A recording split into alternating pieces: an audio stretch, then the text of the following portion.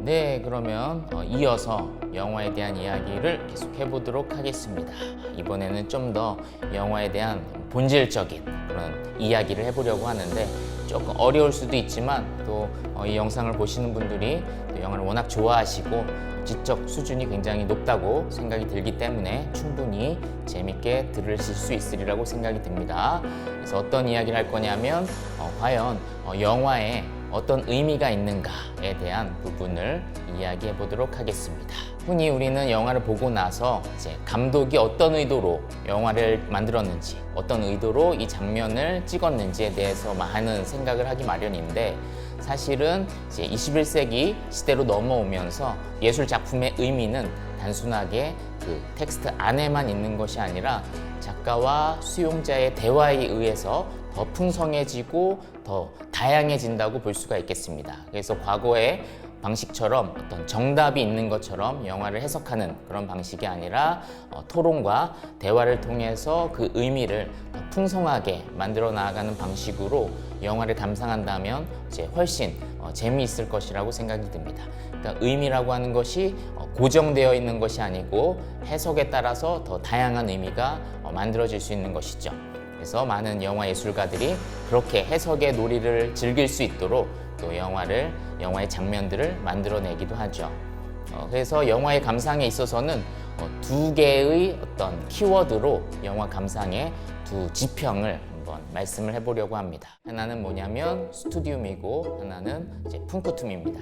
그래서 이것은 롤랑 바르트가 사진에 대해서 이야기할 때 만들었던 개념인데, 이제 저는 그 개념을 가져와서 이제 영화를 감상할 때 이 개념을 쓰면 재밌겠다라는 생각이 들어서 개념을 활용하게 되었습니다. 그래서 스투디움은 뭐냐면 모두가 다 공통적으로 영화를 보면서 느낀 느낌, 그리고 작가의 의도가 매우 명확한 그 지점, 그래서 모든 관객들이 하나의 영화를 보고 나서 어떤 동일하게 생각하고 느꼈던 어떤 느낌이나 주제, 이런 부분이 바로 이제 스투디움이라고 볼 수 있겠습니다. 그래서 뭐 가령 기생충을 보고 이것은 계급에 대한 이야기다라고 하는 것은 이제 모든 사람이 느끼죠. 그래서 이러한 부분이 바로 이제 스투디움일 것이고, 그 다음에 개인적으로는 이 두 번째 개념이 굉장히 흥미로운데 뭐냐면 바로 푼크툼입니다. 푼크툼은 뭐냐면 이제 작가의 의도와 상관없이 영화를 본 한 개인이 자신의 경험에 비추어서 이제 작품을 받아들이는 겁니다. 그래서 굉장히 이제 주관적으로 영화를 해석하는 그런 부분을 바로 푼크툼이라고 이야기하는 것이죠. 그래서 작가는 전혀 의도하지 않았는데 영화 감상자가 어떠한 장면에 매우 필이 꽂혀가지고 그것을 과잉 해석한다든지 어떤 제3의 의미, 감독이 의도하지 않았던 새로운 의미를 해석한다든지 이러한 지점이 바로 이제 푼크툼인데, 그래서 과거의 방식이라면 이러한 해석은 뭐 틀렸다 이렇게 이야기를 할지 모르겠지만 사실 지금의 시대에 이러한 해석이 오히려 더 그 영화를 풍성하게 하고 영화 해석을 더 재미있게 만드는 그런 지점이 있다고 저는 생각을 합니다. 그래서 이 푼크툼이라는 개념을 가지고 영화 감상을 한다면 더 다양한 토론이 이루어질 수가 있겠죠. 그래서 이 두 개념 기억하시면 좋을 것 같습니다.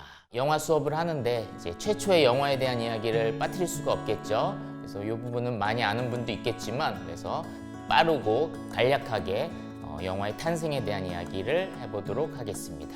이제 영화 책에는 우리가 흔히 이제 루미에르 형제가 최초의 영화 제작자로 나오지만 그 이전에 이제 에디슨이 키네토스코프라고 하는 영화를 볼 수 있는 그 장비를 개발을 했습니다. 근데 이 장비는 이제 혼자서 영화를 보는 그런 행위였기 때문에 그 이후에 몇 년이 지나서 루미에르 형제가 만든 열차의 도착, 이것은 여러 사람이 극장에 모여서 영화를 감상했기 때문에 그래서 이 영화를 최초의 영화로 우리는 알고 있습니다. 열차의 도착 영화를 보시면은 이제 카메라는 고정되어 있고요. 이제 열차가 저 끝에서 이렇게 달려오고 사람들이 내리는 그 장면을 이제 찍었죠. 그래서 이 영화의 소재가 또 열차라고 하는 것도 매우 흥미로운 지점이고, 최초의 영화가 이제 기차를 찍었다라고 하는 것이 어떤 근대화의 시작을 알리는 듯한 여러 가지 의미가 있는 생각이 들어서 매우 흥미롭고, 근데 이제 열차의 도착에는 어떤 서사도 없었고 편집도 없었고 어떤 배우도 없었습니다. 마치 이제 CCTV처럼 그대로 대상을 찍었다면 불과 몇 년이 지나서 달나라 여행이라고 하는 또 새로운 영화가 등장을 하는데요.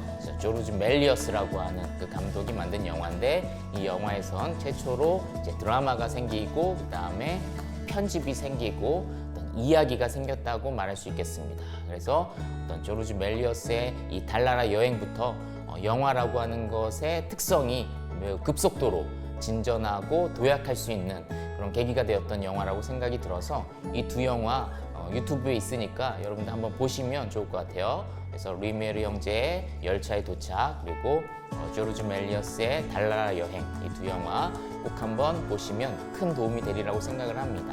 또 하나 이제 조르주 멜리어스의 달나라 여행의 어떤 영화적 의미를 하나 더 생각을 한다면 이 영화가 이제 영화적 시간, 영화의 타임을 이제 현실의 시간으로부터 완전히 해방시켰다라는 아주 큰 의미가 있어요. 그래서 그 전의 영화에서는 영화적 시간과 현실의 시간이 똑같았죠. 왜냐하면 이제 편집이 없었으니까.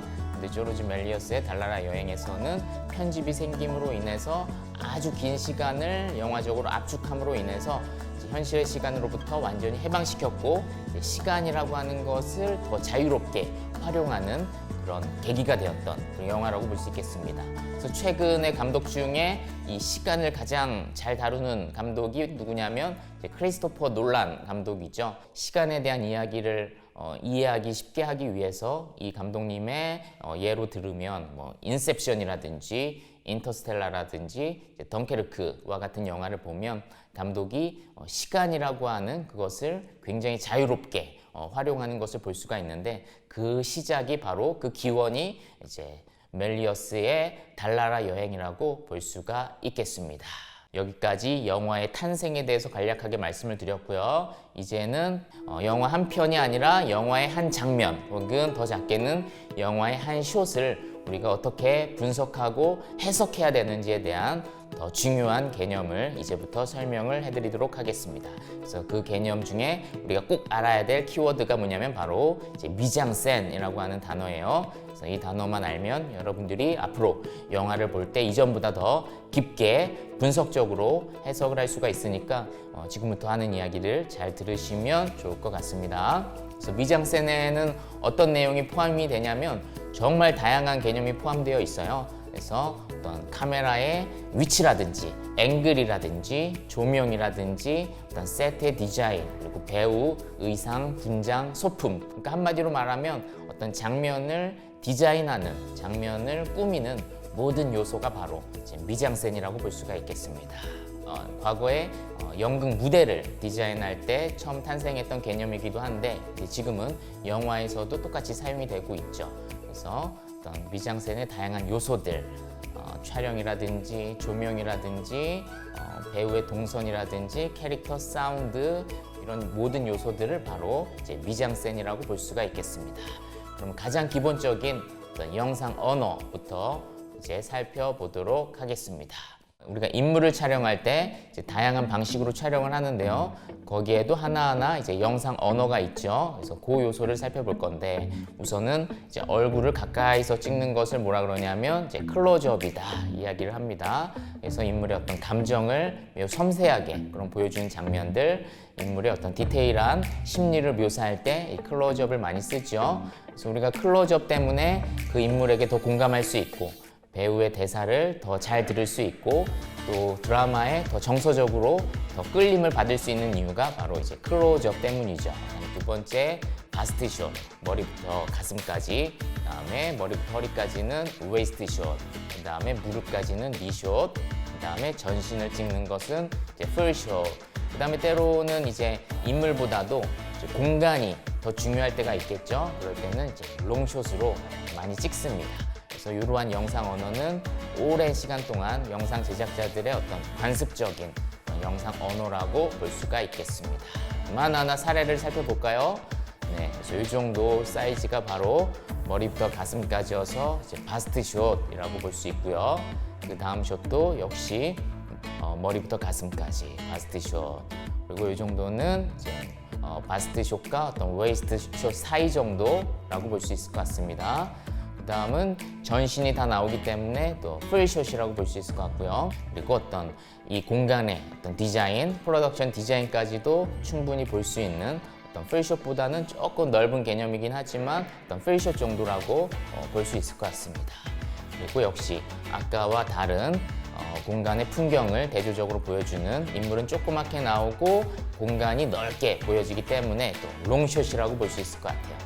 그리고 이 정도는 이제 바스트 숏 정도, 그래서 인물의 감정에 굉장히 깊게 다가가는 그런 숏이죠.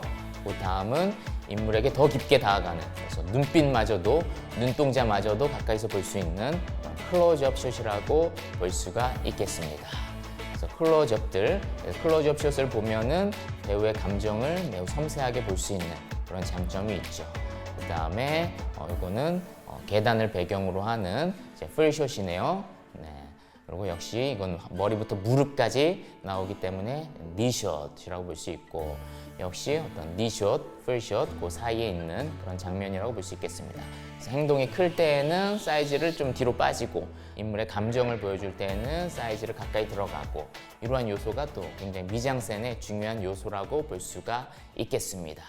그 다음에 두 번째 중요한 요소가 바로 이제 프레이밍이죠. 그래서 프레이밍은 카메라가 결국은 사각형이잖아요. 그래서 우리의 눈은 이 공간을 좀 더 넓게 입체적으로 보지만, 이제 카메라는 프레임이라고 하는 제한된 그런 틀로 세상을 보기 때문에 어떤 부분은 카메라 밖으로, 화면 밖으로 못 찍을 수밖에 없고, 어떤 부분은 이제 카메라 안에 담겨지게 되고 결국은 뭔가를 선택해야 되는 그런 상황에 놓이죠. 그 개념이 바로 이제 프레이밍이라고 볼 수가 있겠습니다. 그래서 프레이밍과 아까 배웠던 사이즈, 이 두 가지는 이제 감독과 촬영 감독이 함께 굉장히 많이 고민해서 선택하는 그런 미장센의 중요한 요소라고 볼 수 있겠습니다. 그다음 세 번째가 이제 앵글, 그래서 위에서 내려다보면서 찍느냐, 밑에서 올려다보면서 찍느냐, 아니면 이제 눈높이로 찍느냐, 이런 앵글 역시도 감독이, 예술가가 촬영을 하면서 굉장히 많이 고민하는 그런 요소 중에 하나입니다. 그래서 한번 사례를 들여서 쉽게 보면은, 카메라가 올려다봄으로써 뭔가 이 공간을 낯설게 보고 새롭게 보는 그런 시선을 보여주고 있죠. 두 번째로 카메라가 이번엔 내려다봄으로써 우리가 평소에 봤던 시선과는 또 다른 시선으로 이 공간을 바라보게 하고 있습니다. 세 번째는 이제 눈높이로 아이 레벨 앵글로 역시 찍은 그런 장면 중에 하나입니다. 그래서 앵글도 여러분 기억하시면 좋겠습니다.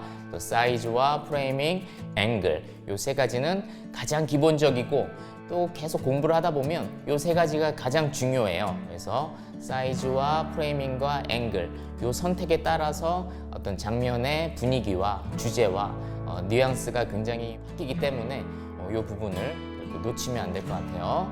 네, 다음으로 넘어가겠습니다.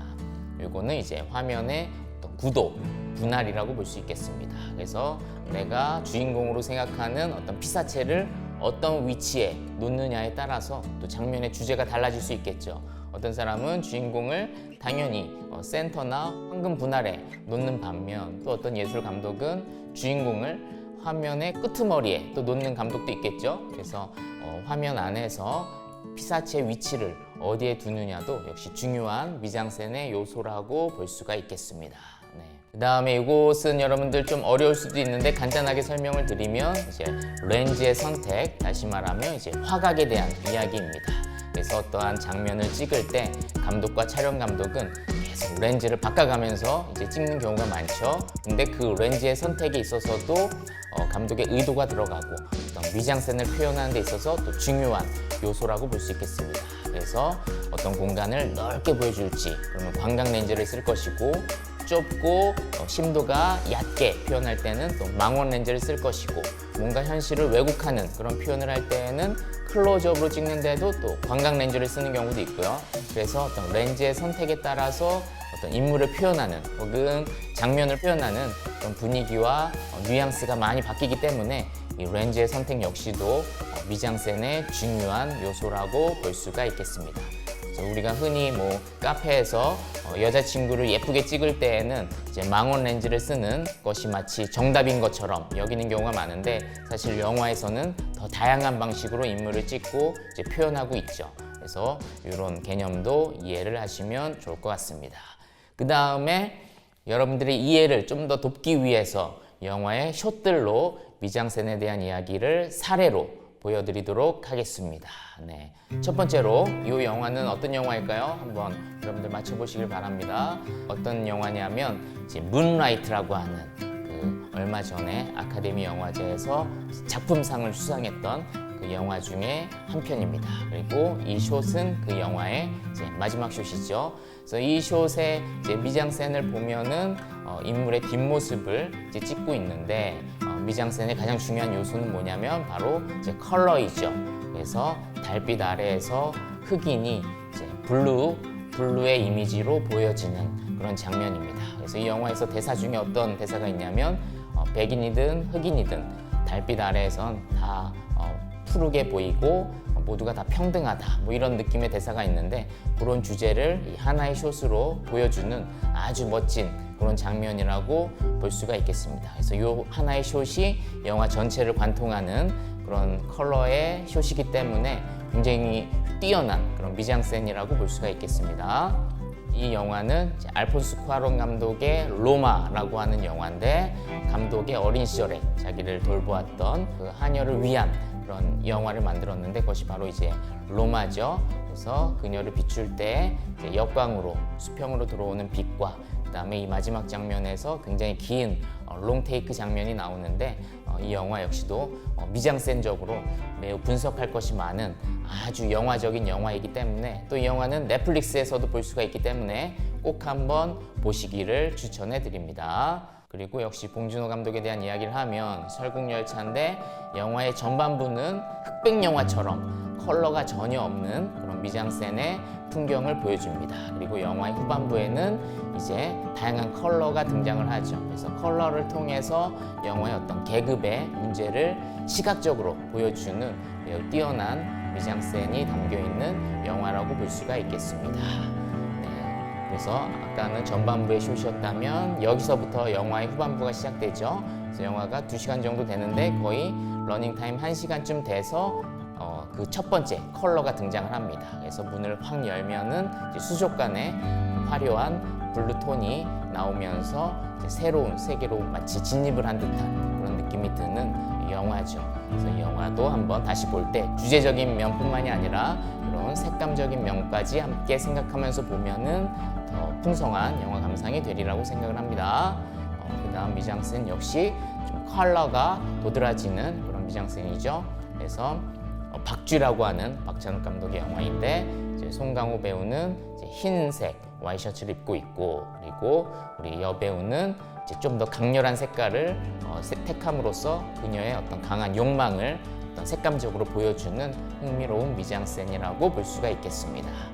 그 다음 장면을 보면 이제 봄날은 간다라고 하는 또 역시나 한국 영화사에서 중요한 그런 영화 중에 한 편이죠. 그래서 이 영화는 뭐 색감뿐만이 아니라 이제 렌즈의 선택이 굉장히 중요한 영화죠. 그래서 마지막 장면에서 유지태 배우가 이제 이영애 배우를 떠나보내는 장면을 찍을 때 이제 망원 렌즈로 찍음으로써 어떤 그녀가 아주 서서히 포커스 아웃이 되는, 그리고 한참을 걸었는데도 마치 제자리 걸음을 하는 듯한 그런 느낌의 아주 묘한 뉘앙스의 장면을 보여줌으로써 유지태의 그런 심리를 시각적으로 잘 보여주는 그런 장면 중에 하나라고 볼 수 있겠습니다. 그래서 벚꽃이라고 하는 또 꽃은 금방 폈다가 금방 지는 이 두 사람의 사랑의 어떤 풍경을 또 보여주는 장면이기도 하고, 그래서 이 장면에서 이제 이영애 배우는 3분 내내 이제 포커스 아웃 상태로 서서히 떠나가는 장면을 보여줍니다. 네, 이 장면 역시도 봄날은 간다에서 매우 유명한 미장센 중에 하나인데, 이제 두 사람이 서로 사이가 안 좋아지는 그런 상태인데, 단순하게 표정과 대사로만 두 사람의 갈등을 보여주는 것이 아니라 두 사람을 가르고 있는 어떤 전봇대라든지, 어떤 이영의 배경에는 아파트가 있고 유지태의 배경에는 어떤 자연의 풍경을 보여줌으로 인해서 어떤 두 사람의 심리적인 갈등을 또 시각적으로 보여주는 그런 미장센이라고 볼 수 있겠습니다.